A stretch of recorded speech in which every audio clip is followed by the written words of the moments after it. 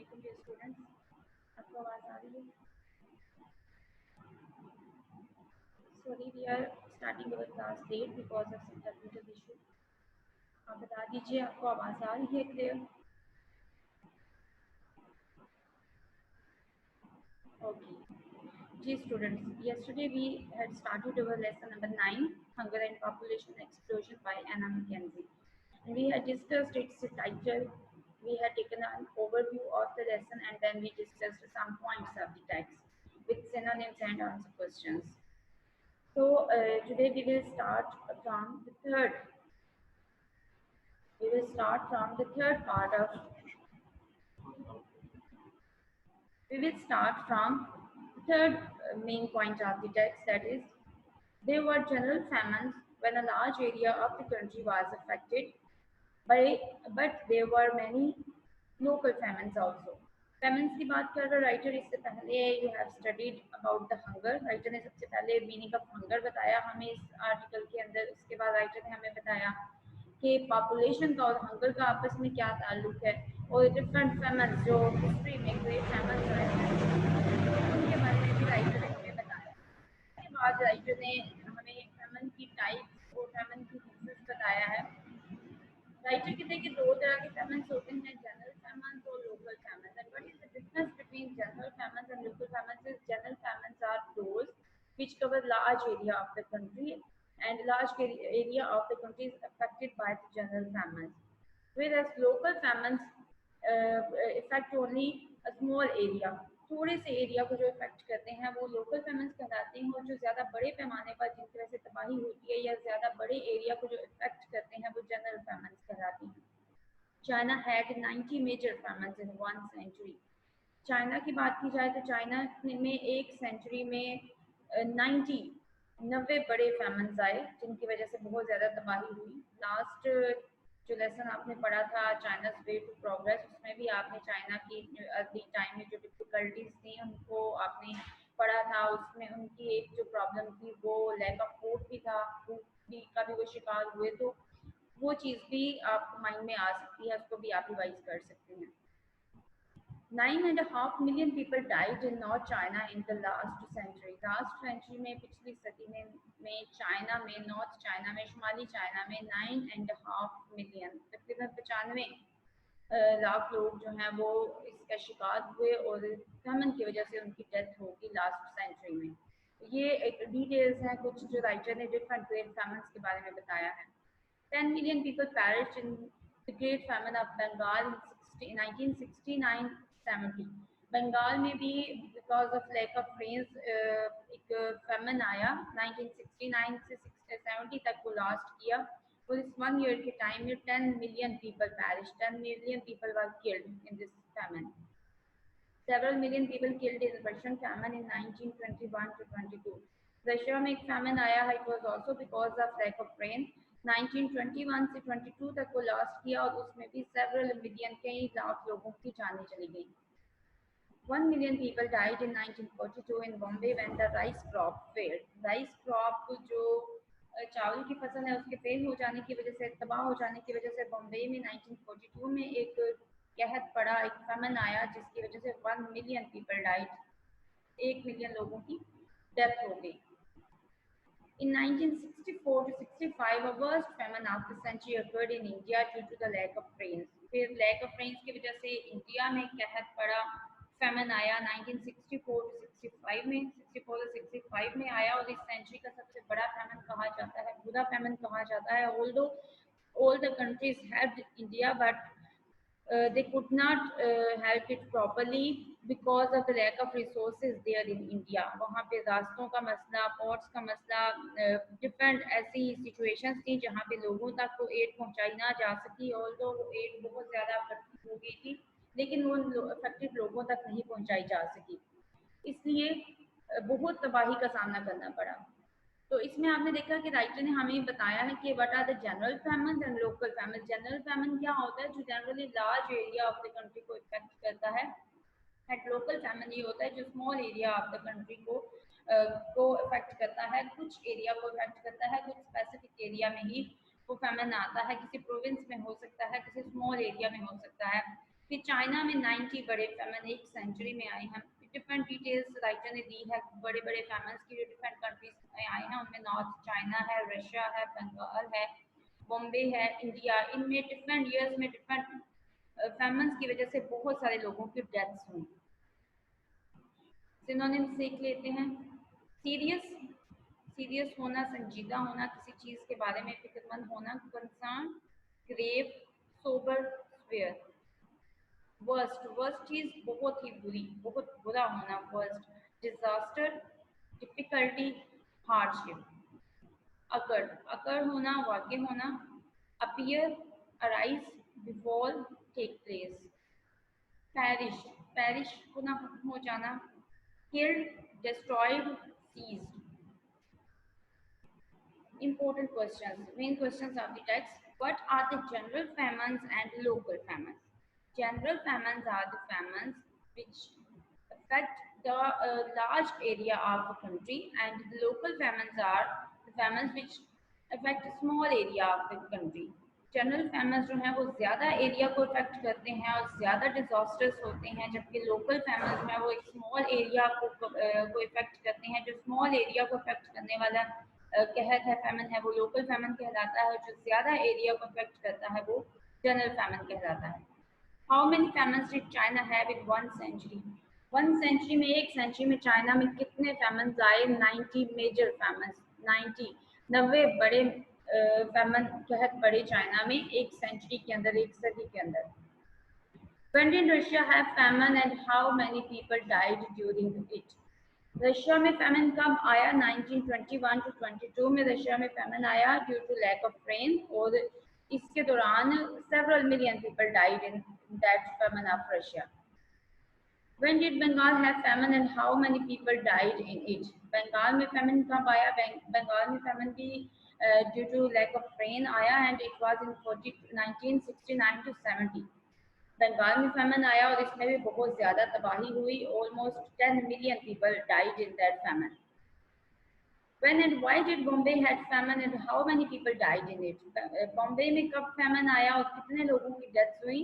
It came in 1942. 1942 में बॉम्बे में famine आया and almost 1 million people died in it. Okay. Next point है, famine may be caused by many things. बहुत सी चीज़ों की वजह से फेमन आते हैं, बहुत सी रिस्पॉन्सिबल होती हैं चीज़ें, बहुत सी कॉजेज इसकी वजूहत होती हैं। It may be that there are just too many people for the amount of food. एक रीज़न ये है फेमन्स की कि लोगों की जो तादाद है वो ज़्यादा होती है उस अवेलेबल अमाउंट ऑफ फूड से, उस अमाउंट से, उस फूड से जो उनको अवेलेबल है, जो खाना उन्हें मुयसर है, उससे लोगों की तादाद ज़्यादा होती है, तो लोग ज़्यादा खाना कंज्यूम करते हैं, जिसकी वजह से कुछ लोगों के लिए खाना नहीं बचता या वो खाना बिल्कुल खत्म हो जाता है सबके लिए।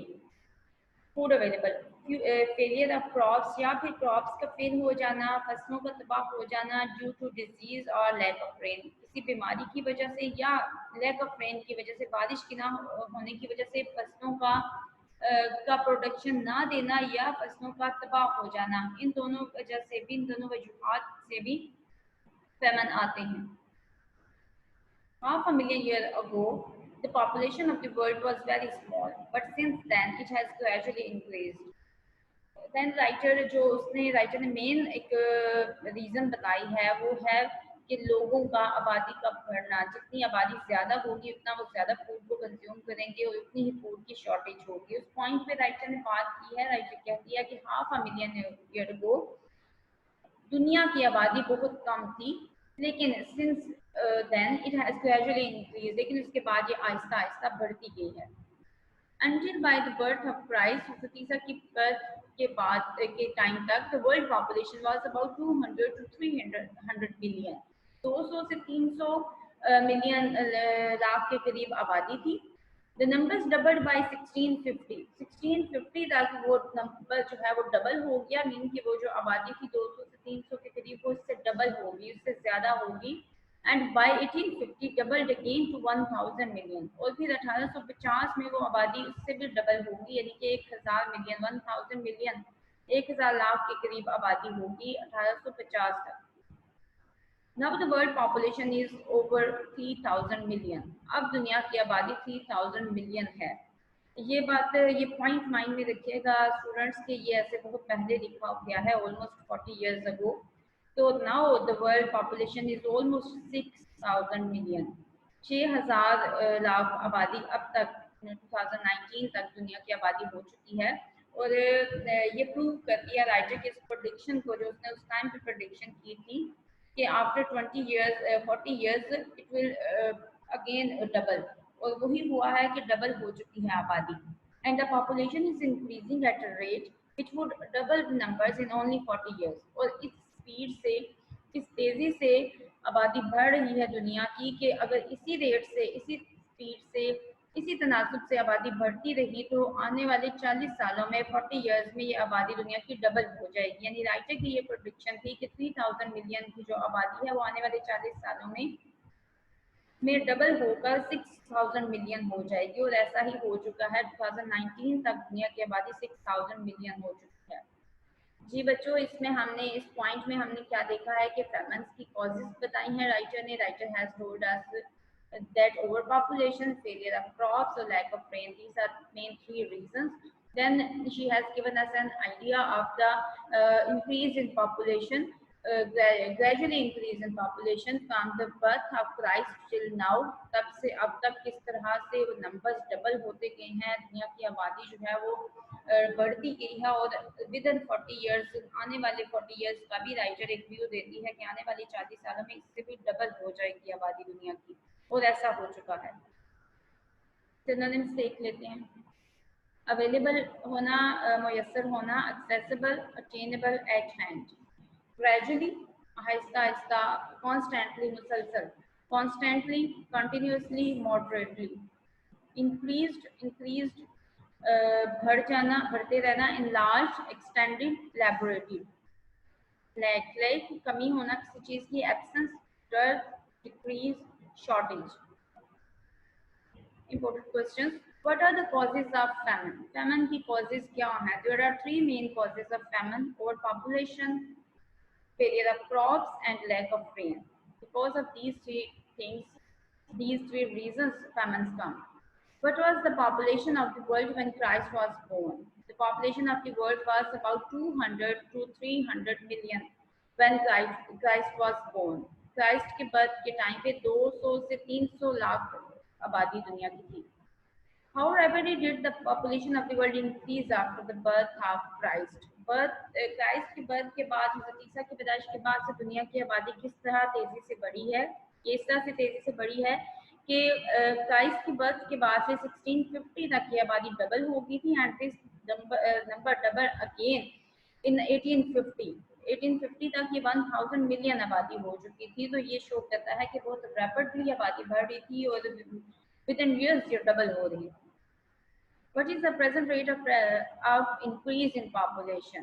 Present rate of increase in population ये है कि rapidly increase हो रही है और present time पे ये डबल हो चुकी है। जितनी आबादी ये 1850 में थी उस नंबर को विद इन 40 years ये डबल हो चुकी है आबादी और अब तक 6 मिलियन आबादी हो चुकी है। Main points of the text. Next point है, the main reason for population increase is the difference between the birth rate and death rate. Population increase की मेन रीज़न क्या है? It is difference between the birth rate and death rate. Birth rate जो बच्चों की पैदाइश की शरह है, डेथ रेट जो डेथ की शरह है, उसमें इम्बैलेंस है, उसमें डिफरेंस है। बर्थ रेट हाई है और डेथ रेट लो है। क्यों बर्थ रेट हाई और डेथ रेट लो है? राइटर ने डिफरेंट एग्जांपल्स भी दी हैं और पॉइंट्स में बताया है राइटर ने कि डेथ रेट कंट्रोल्ड है but birth rate still uncontrolled है, जिसकी वजह से पॉपुलेशन मुसलसल इंक्रीज हो रही है। In the past only a fraction of the babies born grew up. एक फ्रैक्शन, एक सेगमेंट, एक पोर्शन, एक हिस्सा जो था वो ग्रो अप कर पाता था। पास्ट की बात करती है राइटर कि माजी में बेबीज जो बर्थ होती थी उनमें से कुछ ही बेबीज ग्रो कर पाते थे। नाउ इन इंडस्ट्रियल कंट्रीज, लेकिन अब इंडस्ट्रियल कंट्रीज में, सनती ममालिक में 9 आउट ऑफ 20 बिकम अडल्ट। हर 20 में से 9 बच्चे जो हैं वो अडल्ट हो जाते हैं, वो जवान हो जाते हैं। मीन्स के डेथ रेट, बेबीज के अंदर डेथ रेट बहुत कम हो गया है। Among the Western nations में after a decline in the death rate, there is a reduction in the birth rate also. Western countries के अंदर जो कि सिविलाइज्ड हैं, जो कि ज़्यादा डेवलप्ड हैं, वहाँ पे डेथ रेट में डिक्लाइन आया है, डेथ रेट में कमी आई है, और उस कमी के बाद बर्थ रेट में भी रिडक्शन आई है, बर्थ रेट में भी कमी आई है. So their population is not increasing rapidly. इसलिए उनकी पॉपुलेशन रैपिडली इंक्रीज नहीं हो रही, तेजी से नहीं बढ़ रही वेस्टर्न नेशंस की, बिकॉज उन्होंने डेथ रेट को डिक्लाइन किया है, डेथ रेट को कंट्रोल किया है, लेकिन उसके साथ साथ वहाँ पे बर्थ रेट में भी कंट्रोल हुआ है, बर्थ रेट में भी कमी आई है. फिर वो रीजंस भी राइटर फर्दर देती है कि they have educated their people about the problems of big families, that's why their birth rate is controlled. In Asia and the Far East, the death rate has been reduced rapidly by modern medicine and epidemic control. Asia में और Far East में death rate control कर लिया गया है, death rate को reduce कर दिया गया है by the use of scientific methods. Modern medicine की help से और epidemic control की वजह से जो बीमारियां फैलती थी उन पे कंट्रोल कर लिया गया है, और अद्वियात के इस्तेमाल से डेथ रेट को रिड्यूस कर दिया गया है, लोगों की जो शरह अमवात है उसको कम कर दिया गया है. But the most important and the most difficult thing is to achieve a desire to limit the size of the family. लेकिन सबसे ज़रूरी और सबसे मुश्किल चीज़ ये है कि अपने अंदर ये डिज़ायर, ये ख्वाहिश पैदा करना कि अपनी फैमिली के साइज़ को लिमिट करना है, अपनी फैमिली के साइज़ को कम करना है. राइटर ने डिफरेंट अपने पॉइंट्स के थ्रू ये बताने की कोशिश की है कि because of advancement in medicine, man has controlled the death rate, but they have not achieved a desire to limit the size of the family. This thing has been achieved by the Western nations. Western nations have realized the problems of big families, so they have reduced the size of their family. But in Asian countries, it is difficult for them to reduce the size. So this thing is most difficult and most important. Family के size को reduce करके, कम करके death birth rate को कम किया जा सकता है. जी, इसमें पोर्शन में हमने बर्थ रेट और डेथ रेट के इम्बैलेंस के बारे में पढ़ा कि राइटर के ये व्यू है कि पॉपुलेशन इंक्रीज बर्थ रेट और डेथ रेट में डिफरेंस की वजह से हो रही है, और बर्थ रेट स्टिल इंक्रीज हो रही है, जबकि डेथ रेट को रिड्यूस कर दिया गया है because of modern medicine and science. Synonyms देखिए. फ्रैक्शन एक हिस्सा, एक पोर्शन सेगमेंट, सेक्शन. रिडक्शन किसी चीज की कमी, शॉर्टनिंग, ब्रीफ, कंप्रेशन. रैपिडली तेजी से, ब्रिस्कली फास्ट, हरिडली. एपिडेमिक मोहलक किसी चीज का फैलना, वबा. Prevailing, rampant, infectious. अचीव करना, हासिल करना, acquire, attain, accomplish.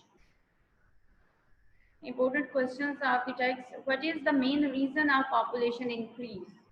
The main reason of population increase is the difference between the birth rate and death rate. Birth rate और death rate में जो difference है वो population में increase का बायस बन रहा है. How many children become adult in industrial countries of the West at present? Presently West के present की बात नहीं हो रही है, ये पॉइंट में आपने पॉइंट रखना है कि this essay was written 40 years ago. 40 years ago her industrial country के अंदर ऑलमोस्ट 20 में से 9 चिल्ड्रन दे ग्रू अप, और वो अडल्ट हो जाते थे और वो बीमारियों से या डेथ से बच जाते थे. Why is the population not increasing fast in the Western countries? Western countries के अंदर population क्यों नहीं increase हो रही? Because they have controlled their birth rate. They have realized that their the birth rate should be controlled, their population should be controlled, so that they may not face difficulties because of overpopulation.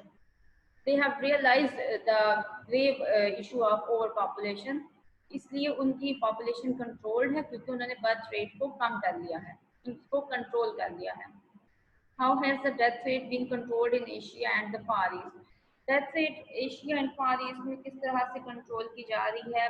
Asia में मशरिक बैद में इस तरह से death rate को control किया जा रहा है कि डिफरेंट मॉडर्न मेडिसिन और एपिडेमिक पे कंट्रोल किया जा रहा है, डिफरेंट मेडिसिन की मदद से, साइंस की मदद से और अद्वियात का इस्तेमाल करके डेथ रेट को कम किया गया है, शरह मौत को कम कर दिया गया है.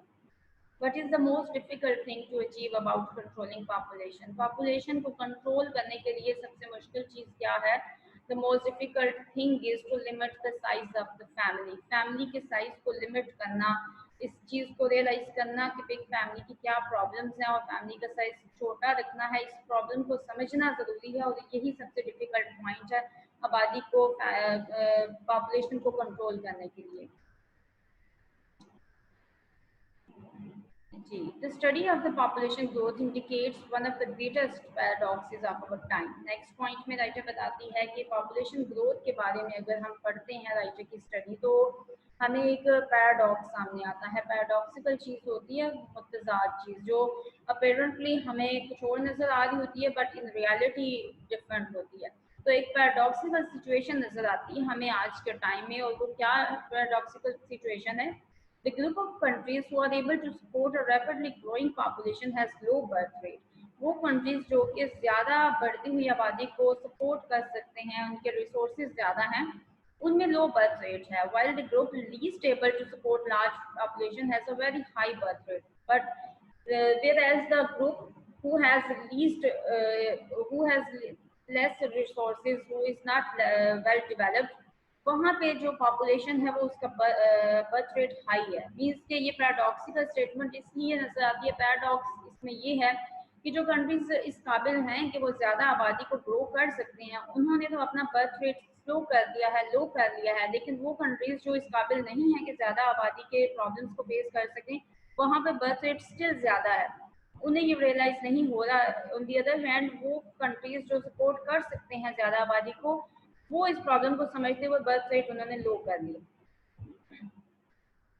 These two groups are divided into developed and underdeveloped countries. ये जो दो ग्रुप्स हैं, जो जिन्होंने एक ग्रुप ने जो with resources they have realized the problem of overpopulation, and it is developed, and the other group is underdeveloped countries. Underdeveloped countries में लोगों को realization नहीं है फैमिलीज के प्रॉब्लम्स की या ओवर पॉपुलेशन के प्रॉब्लम्स की, तो वहाँ पे हाई बर्थ रेट है। Second group is characterized by the writer as poor and backward. ऐसे के अंदर राइटर ने second group of the countries को, जो अंडर डेवलप्ड कंट्रीज हैं, उनको पुअर और बैकवर्ड कहा है, क्योंकि वो they lack resources and they lack education as well. Education के पॉइंट ऑफ व्यू से भी और रिसोर्सेज के पॉइंट ऑफ व्यू से भी वो पुअर और बैकवर्ड है, जिसकी वजह से वो ये प्रॉब्लम्स फेस कर रही हैं। Underdeveloped countries face poverty, lack of resources, inadequate supplies of power and light, poor infrastructure and many other problems. Then writer underdeveloped countries की कुछ problems पे रोशनी डालती है। वो कहती है कि उनमें poverty है, गुर्बत है, lack of resources है, वसाइल की कमी है, inadequate supplies of power and light है, energy की power की कमी है, poor infrastructure and many other problems. उनका बुनियादी जो ढांचा है वो भी कमज़ोर है, और इसी तरह की सिमिलर और बहुत सी प्रॉब्लम्स को अंडर डेवलप्ड कंट्रीज फेस कर रहे हैं because of over population. This creates a gap in the living standards of the people, and the only long-term answer to these countries is to reduce their birth rate. ये चीज़ एक gap create करती है living standard में, लोगों के ज़िंदगी गुजारने का जो तरीकाकार है उसमें एक गैप आ जाता है, और इसका एक ही हल है, वो है कि पॉपुलेशन को रिड्यूस कर दिया जाए, पॉपुलेशन को, बर्थ रेट को रिड्यूस किया जाए। सिनोनिम्स देखते हैं बच्चों। इंडिकेट्स इंडिकेट करती है, इशारा करती है, रिवील, सिग्निफाई, सजेस्ट। पैराडॉक्स क्या है? एक मुतज़ाद चीज़, absurdity, reverse, opposite. Develop, develop होना, तरक्की करना, बढ़ना, एडवांस्ड, एस्टैब्लिश्ड, फ्लरिश। इनएडिक्वेट, नाकाफी, डेफिशिएंट, इम्परफेक्ट, इनकेपेबल। इंफ्रास्ट्रक्चर, बुनियादी ढांचा, basic structure, capital equipment, basic facilities. जी, important questions. What is the greatest paradox of time about population? Population के बारे में आज का एक बहुत बड़ा पैराडॉक्स या तजाद क्या है? वो तजाद ये है कि developed countries have controlled their population instead of although they have all the resources, सारी रिसोर्सेज उनके पास होने के बावजूद उन्होंने अपने बर्थ रेट को कंट्रोल कर दिया, जबकि अंडर डेवलप्ड कंट्रीज जो कि प्रॉब्लम्स का शिकार हैं, still their birth rate is high. Which countries are considered as underdeveloped countries? कौन से countries underdeveloped countries consider किए जाती हैं? The countries who have high birth rate and who are facing many problems relating to the population and economy, these are called underdeveloped countries. What are the problems of underdeveloped countries? The underdeveloped countries are facing many problems. They lack basic resources, unemployment, poverty, low infrastructure. These are the problems of underdeveloped countries. Why is there a gap in living standards between the nations? Living standards of life between the nation फर्क क्यों है? क्योंकि हर nation जो है वो अपने resources पे rely करती है, अपने जो वे ऑफ लाइफ है उस पर डिपेंड करती है. Because of advancement in education and in technology and economy, the developed countries have improved their living standard, whereas the underdeveloped countries are facing these problems. So there is a gap in the living standard of nations. Developed countries have a good living standard, whereas the underdeveloped countries are facing different problems. Who can the poor countries better their living? How can the poor countries better their living standard? Poor countries can better their living standard by reducing the birth rate. Birth rate को reduce करके by controlling the birth rate and limiting the size of the family, they can improve their living standard. So this was all for today. आपने इस chapter को complete कर लिया है.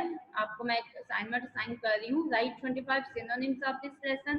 Right at least 10 questions from this lesson. इस lesson में से आपने ऑलमोस्ट तकरीबन 10 क्वेश्चंस एटलीस्ट आपने लिखने हैं और 25 synonyms ये आपने प्रिपेयर भी करने हैं और सबमिट भी करवाने हैं. ये आपकी असाइनमेंट है. और इसके अलावा क्वेश्चन से इस लेसन से रिलेटेड कोई भी क्वेश्चन हो तो वो आप कर सकते हैं. Okay, thank you so much. And थोड़ा सा